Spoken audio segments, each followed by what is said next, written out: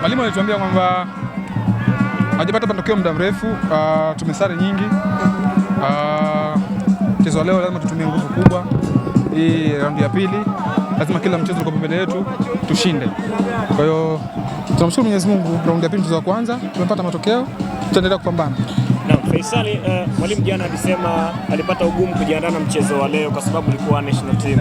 Mmerejea siku moja, mmeungana na wenzenu, mmepata matokeo siku ya leo. Ilikuwa ni vigumu pia kiasi gani kuelekea katika mchezo huu? Ilikuwa ni vigumu kwa sababu tumetoka kwenye national team. Tumechukua ndege moja kwa moja tumekuja Singida na tumekuja usiku mkubwa sana, kwa hiyo tumepata mchoko. Jana tumefanya recovery kidogo, leo tumecheza mechi. Mwenyewe unaona kwamba hakuwa vizuri kwa sababu ya mchoko, lakini tunamshukuru Mwenyezi Mungu, kila muda unapokwenda mwili unazidi kuchangamka na kufanya vizuri.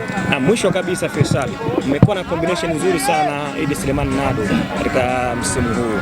Leo umefunga, yeye ka assist pia. Ni nini ambacho sisi tukifahamu wewe na Nado ukiwa uwanjani? Sisi ni majukumu yetu kuisaidia timu.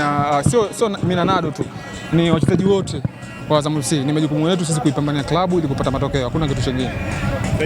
Kuelekea katika mchezo wenu wa Mzizima Dabi, nafahamu mara baada ya hapa mna mchezo mkubwa wa dabi pale Chamazi. Faisal, umeondoka na kitu gani kuelekea katika mchezo huo? Ilikuwa focus yetu ni zidi ya Singida.